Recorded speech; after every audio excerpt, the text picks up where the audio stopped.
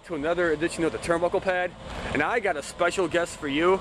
Say hello to the Punisher 747. Hey, what's up, guys? Punisher, thank you for taking this time out to meet up with us. No problem. This is your first interview with us, so it's going to be special, it's going to be monumental. Yeah. Tell us, how did you get started in wrestling? What made you like it? Well, first things first, before even becoming a pro wrestler, obviously you have to be a fan of wrestling. And that's what I was. I was a fan of wrestling. So I watched wrestling for all my life when I was a kid. I grew up watching wrestling. The reason I got into wrestling was actually my dad. He used to be a wrestler. He wasn't that big a star, you know, but he did independent, you know, wrestling around the Chicago area. So he got me, you know, interested in it, you know, and that's what got me interested in wrestling the first time, you know.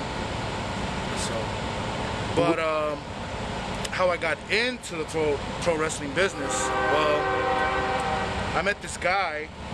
He makes wrestling masks and stuff, you know, and I had to talk with him, and I was curious about coming into the business. You know, I was obviously wanting to come into business. I figured he would know anything about the wrestling business or run a company. So I asked him about it. He said he could get me in. So he brought in a couple of other guys that were actually running a company at the time. So he introduced me to them. I started training. I was 16 years old when I first started wrestling in the pro wrestling business. I was still in high school. My mom wasn't 100%, you know, right with me being in the business. You know, she's like, "You're gonna get hurt," you know, this and that. But you know, I didn't care. I wanted to do it, and then here I am. So what company did you start off with? I mean, where was your stomping grounds? My stomping grounds was with the International Wrestling Council, IWC. It was based here in Chicago. It was a local fed. It was very local, like in the city, you know, like not even an hour away or 5 minutes away. It's like right there. And that's where I got my start. I was working battle royals, you know.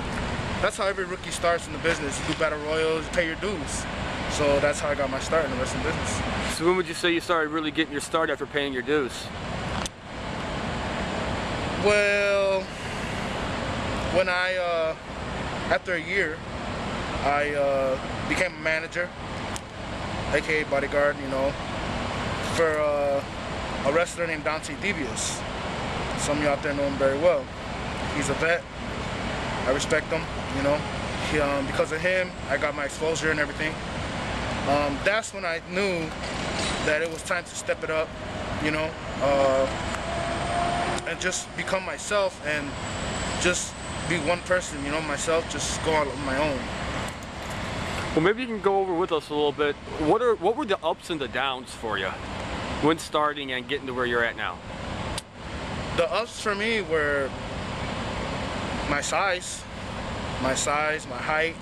You know, that's what really got me going places. I mean, people wanted to see a big guy, you know, move around, and they wanted to see my agility, you know, to move around the ring.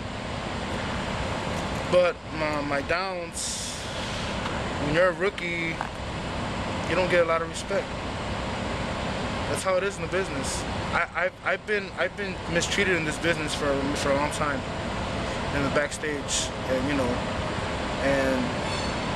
you know, me being a very humble guy, you know, I don't have a problem with anybody in this business, but people like to step on other people, you know what I'm saying? And I don't think that's right. So that was like my downfall there. I was not outspoken, you know what I'm saying? I would take the heat and just keep on going.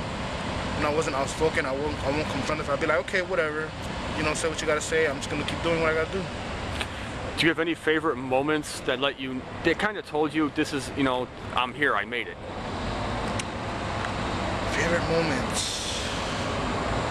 Yeah, it was when I splashed one of Dante Devious' opponents. I actually hurt him for real. This splash was It wasn't played out right. I really threw my whole 360 pounds on him. What happened? I didn't post right, so I just threw everything on my whole body, and he was hurt. And actually, to this day, I have not heard not even one thing about that guy. Like, I haven't heard anything about him. That's like when I first said that, you know, okay, I did something. Man, well, besides being a wrestler and living the dream, are there people that you like to watch wrestle? Like people you study that might inspire you? Yeah, I got a couple of big man wrestlers that I like to watch. Vader from Japan. He's deadly, man. He was off the chain. Vader. What else? Big guys like big guys. Terry Gordy. You know, guys like that. Who else? I mean, there's so many big men. You know what I'm saying? Yeah, and that's what I like. I like big man wrestling. You know, whether it's big man versus small guy, or big man versus big man. That's my style. You know, and that's what I look at. You know. Well, besides everything you've accomplished now, have you taken any time out to help educate the younger guys coming in? Has that been something that's been common for you, or have you stepped back and let someone else lead the way?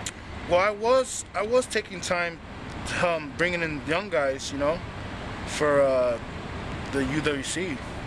You know what I'm saying? Actually bringing a couple of names that are now doing pretty good for themselves, you know. Alex Thorne, actually, it was my idea to make him my manager. So basically, if he wasn't my manager, I don't know where he'll be right now. Yeah, we all know that name. You know?